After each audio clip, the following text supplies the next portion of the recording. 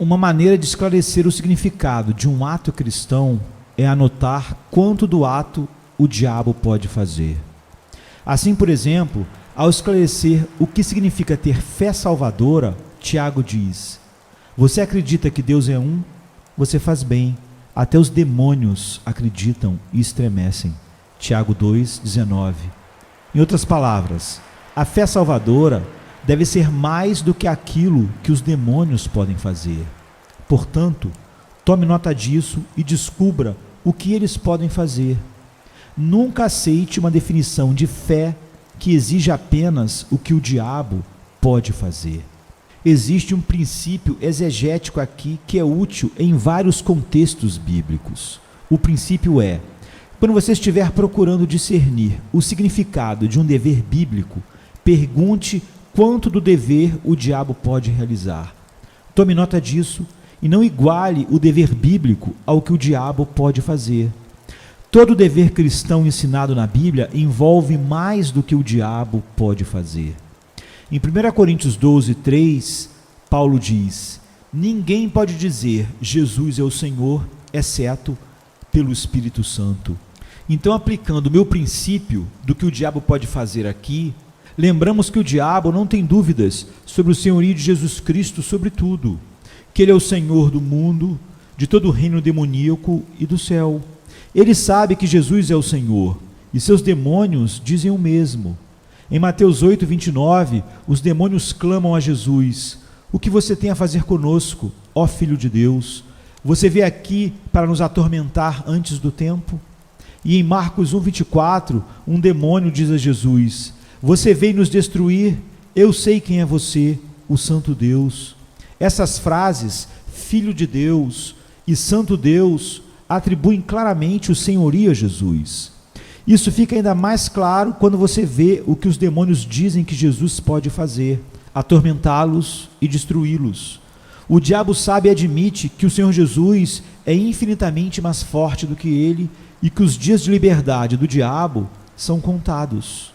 Então, é claro que o diabo pode dizer: Jesus é o Senhor. Na verdade, ele o diz. Isso é útil para entender o significado do que Paulo diz em 1 Coríntios 12:3, quando ele diz: ninguém pode dizer Jesus é o Senhor, exceto no Espírito Santo. Como o diabo pode dizer Jesus é o Senhor, então sabemos que o dever de dizer Jesus é o Senhor é mais do que simplesmente acreditar e dizer que ele é supremamente poderoso. O diabo acredita e diz isso. O mesmo se aplica quando mencionamos Romanos 10:9, onde Paulo diz: se você confessar com a sua boca que Jesus é o Senhor e acreditar em seu coração que Deus o ressuscitou dentre os mortos, você será salvo. Agora, nós sabemos que não é um verdadeiro cristão apenas alguém que confessa que Jesus é o Senhor e também acredita que Deus o ressuscitou dentre os mortos. O diabo acredita que Deus ressuscitou Jesus dentre os mortos? Sim, ele crê, ele sabe. Ele dedica grande parte da sua energia a cegar a mente das pessoas precisamente para que elas não vejam a luz do Evangelho da glória de Cristo, como está em 2 Coríntios 4:4. E essa glória é a glória do Cristo crucificado e ressuscitado, brilhando no Evangelho. O diabo sabe que Deus ressuscitou Jesus dentre os mortos. Portanto, o dever de confessar Jesus como Senhor e crer que Deus o ressuscitou dentre os mortos deve significar muito mais do que aquilo que o diabo confessa e crê.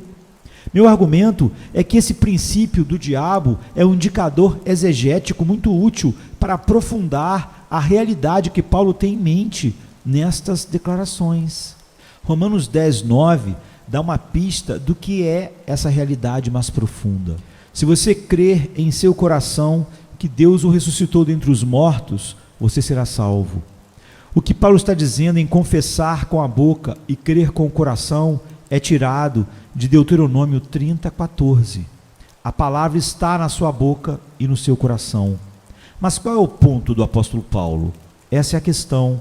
O que Paulo sinaliza com as palavras em seu coração é que você confessa com alegria, prazer e deleite que Jesus é o Senhor e abraça de bom grado sua ressurreição como sua entrada gloriosa nesse senhorio salvador para sempre.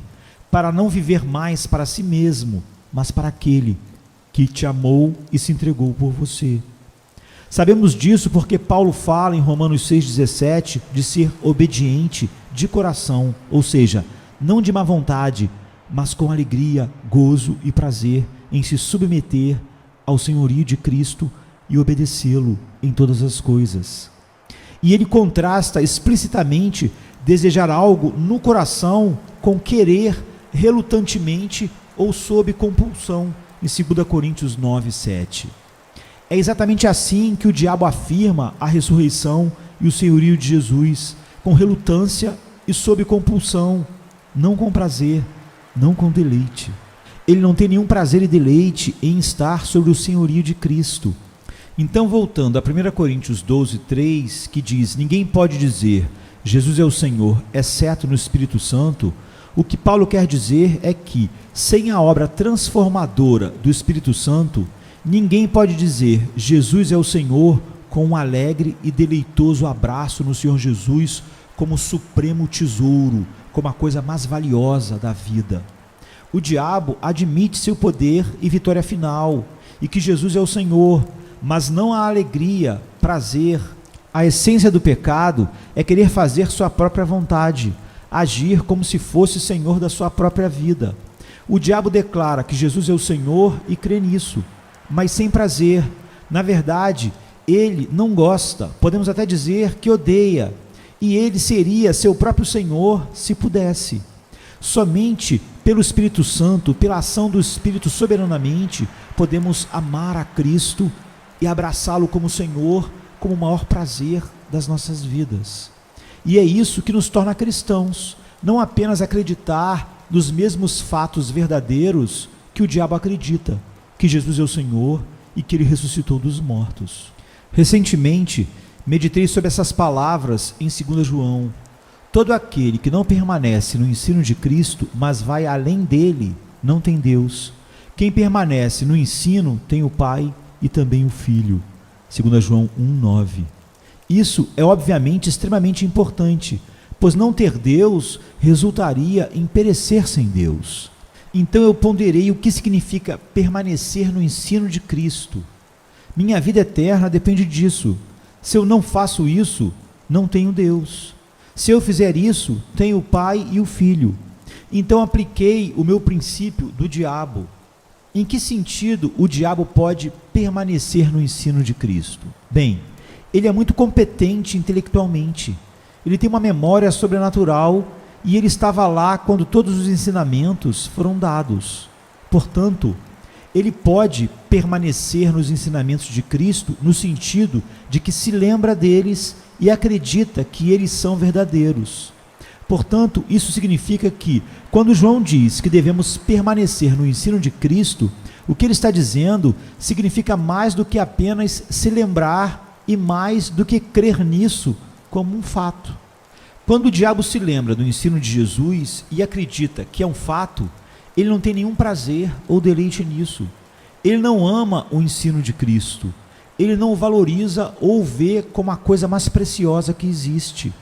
Mas na mente de Jesus e de João, permanecer no ensino ou guardar a palavra de Jesus flui de amar a Jesus. Respondeu Jesus: se alguém me ama, guardará a minha palavra. Meu Pai o amará, nós viremos a ele e faremos nele morada.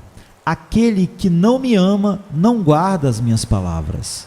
Essas palavras que vocês estão ouvindo não são minhas, são do meu Pai que me enviou. A aplicação do princípio do diabo me levou a buscar o que significa permanecer na doutrina de Cristo na realidade. Deve ser mais do que o diabo pode fazer. De fato, é muito mais. Quem permanece na palavra de Cristo é quem se apega a essa palavra, estima e obedece, porque é um ensinamento de quem amamos acima de tudo.